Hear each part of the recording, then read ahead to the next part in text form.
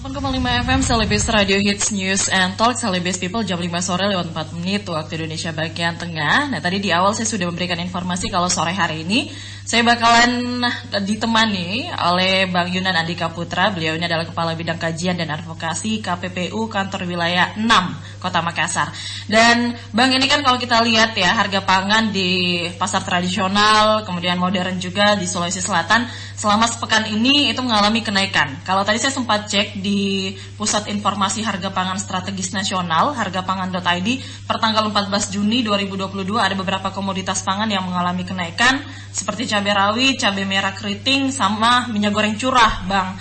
Nah, ini kita pengen tahu menurut KPPU sendiri, apakah dari pantauan dan pengawasan harga pasar, apakah ini masih dalam kategori normal atau seperti apa, Bang?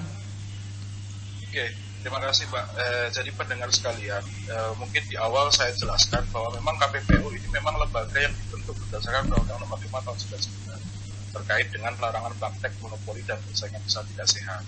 Kami punya 3 tugas utama. Yang pertama adalah penegakan hukum terhadap pelanggaran undang-undang tersebut. Yang kedua adalah advokasi kebijakan, di mana KPPU bisa memberikan saran dan pertimbangan kepada pemerintah dan notifikasi merger. Jadi benar Mbak, Pak KPPU kan Wil 6 ini secara 2 mingguan kami mingguan kami melakukan survei langsung ke pasar, Mbak. Jadi kami memang menggunakan indikator 3 bahan survei. Yang pertama adalah benar tadi PIHPS, kami mengumpulkan data sekunder dari PIHPS. Yang kedua, kami juga melakukan pengumpulan data dari Dinas Ketahanan Pangan Sulawesi Selatan. Yang ketiga adalah kami survei mandiri. Jadi bahan yang kami dapatkan ini adalah bahan primer. Di kegiatan survei mandiri ini kami menggunakan 2 sampel, pasar terong dan pasar Pabaik-Baik.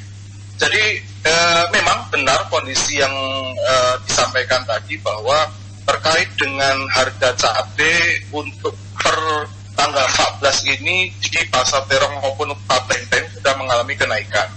Jadi memang kami tetap memantau kenaikan tersebut karena memang ketika kita melihat komoditas-komoditas tentunya khususnya hortikultura gitu ya, yang memang secara biologis tidak bisa.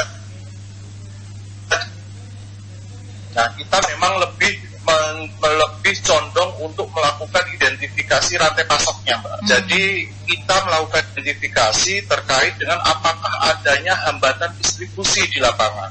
Dikarenakan kalau sebarang seperti cabai ini, komoditas seperti cabai dilakukan penimbunan gitu, kuat berapa hari sih ditimbun gitu, 5 hari juga sudah mengalami pembusukan seperti itu. Nah, betul. Ya, jadi kita lebih rata-rata melakukan identifikasi rantai pasoknya. Memang ketika kita melakukan survei langsung di lapangan, keunggulannya adalah kita bisa interaksi dengan pedagang. Memang tadi ketika melakukan survei, ada memang pedagang yang menyampaikan bahwa ada cabai yang memang larinya ke luar daerah, Mbak. Luar provinsi, luar bahkan antar pulau juga ada. Nah, ini memang kami melihat adanya pengaruh dari gejolak yang ada di Jawa memberikan pengaruh juga ke Sulawesi Selatan. Kalau kita ketahui kan memang untuk komoditas cabai ini kan terbesar sampai saat ini masih di Enrekang, walaupun ditopang daerah-daerah lain, di Poto, Bantai dan sekitarnya.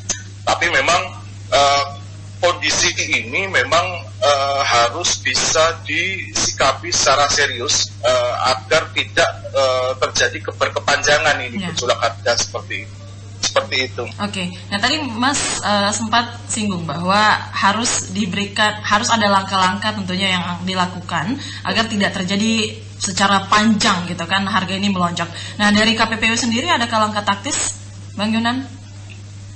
Kalau kami bertindak sesuai dengan kewenangan kami. Baik. Jadi apa sebenarnya KPPU, kenapa tiba-tiba KPPU ikut-ikutan survei gitu?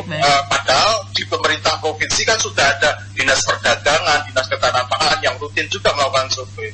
Jadi memang kami melakukan survei ini untuk melihat apakah ada pelaku pelaku usaha yang mencoba mendistorsi pasar, Mbak. Nah, apa urusannya KPPU? KPPU ingin mengidentifikasi ini ada kartel atau tidak. Nah, apa sebenarnya kartelnya? Nah, kartel ini adalah komunikasi atau interaksi antara pelaku usaha yang seharusnya bersaing untuk sama-sama mengatur pemasaran, sama-sama mengatur produksi, yang pada akhirnya bertujuan untuk mempengaruhi harga untuk mendapatkan keuntungan seperti itu. Nah, KPU sebenarnya tugasnya ada di situ. Jadi kami memang secara koordinatif juga berkomunikasi juga dengan Satgas Pangan. Jadi ketika itu yang temuannya adalah penimbunan, seumpamanya temuannya penimbunan, kami koordinasi di Satgas Pangan. Tetapi ketika penimbunan itu dilakukan secara bersama-sama dengan pelaku usaha yang seharusnya bersaing, nah itu menjadi tugas definisi dari kartel, Pak. Baik. Nah, kalau sejauh ini pengawasan KPPU sendiri, apakah memang ada potensi kenaikan harganya akibat persaingan usaha yang tidak sehat? Kalau dari survei yang Anda lakukan, Bang Yunan? Kalau sampai saat ini kami masih berasumsi, karena ini kan masih penelitian ya, kami masih berasumsi bahwa ini terpengaruh dengan gejolak yang ada di Jawa. Baik. Nah, di Jawa sendiri kondisinya kami mengikuti perkembangan berita dan melakukan koordinasi dengan kami ada 7 kanwil. KPPU ini mempunyai 7 kanwil, 1, 2, 3 kanwil itu ada di Jawa. Kami juga berkoordinasi dengan kanwil-kanwil yang di Jawa. Memang kondisinya ada yang gagal panen, ada yang cuaca, ada tiba-tiba hujan dan sebagainya. Nah, ini kan memang produk yang rawan cuaca yang memang ya susah untuk diprediksi, BMKG itu memprediksi mungkin bisa salah gitu, karena semuanya ada di tangan Tuhan seperti itu.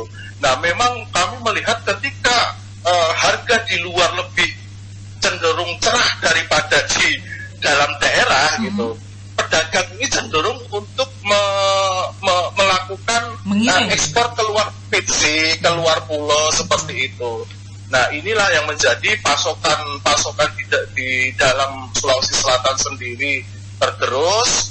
Nah, dan juga memang harga di luar mempengaruhi juga dengan pembentukan harga yang ada di dalam. Tetapi ya mungkin kita melihatnya bahwa ya di satu sisi petani juga diuntungkan gitu dengan tingginya harga ini gitu, seperti itu. Walaupun mungkin konsumen masih ngerasa kalau ini agak lumayan berat gitu, Bang Yunan ya.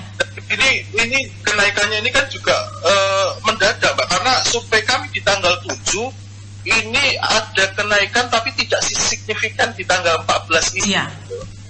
Betul. Ya, makanya ini kami bertanya apakah ini hanya anomali sementara ataukah memang makanya nanti kita akan pantau terus tiap minggunya seperti apa.